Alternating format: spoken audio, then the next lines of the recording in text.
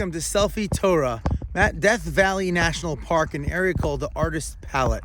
And it might be difficult to see, but the view behind me is this stunning multicolored view. It's just unusual colors you don't see anywhere else in the world. And it reminds me, Ein Sayar Kelokeinu, the idea that there is no artist like God. But I actually saw something really strange, something you wouldn't expect to see in Death Valley just a few minutes ago. We're all the way down at the bottom, 190 feet below sea level, and suddenly there's stands of palm trees, tons of palm trees, and beautiful green grass, and all these things going on down at the bottom of Death Valley. And clearly these palm trees and the grass are nowhere near anything that would be indigenous to Death Valley. It's totally dead. There's no plantation, as you can see. There's almost no life here, except locker children there, huh? And some snow in the background.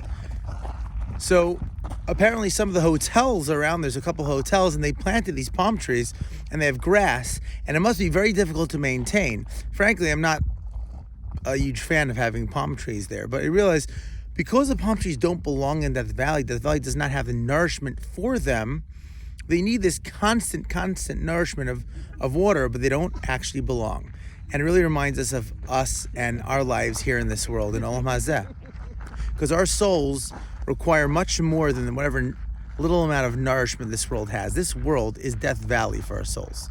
And in order to sustain it, it requires this incredible amount of constant infusion. We need to infuse nourishment and water.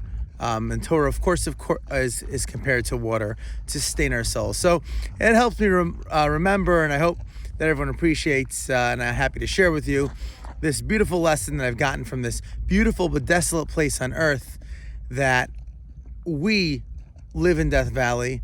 And if we want to survive, if we want to thrive here in this world, we need to constantly inundate ourselves with the water of Torah, with inspiration, because we can't live on our own here in this world. Have a Gila Shabbat. I'm not going to fall off the cliff, okay?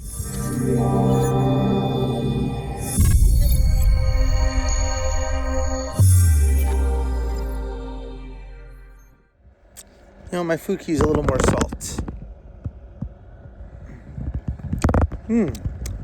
Salty.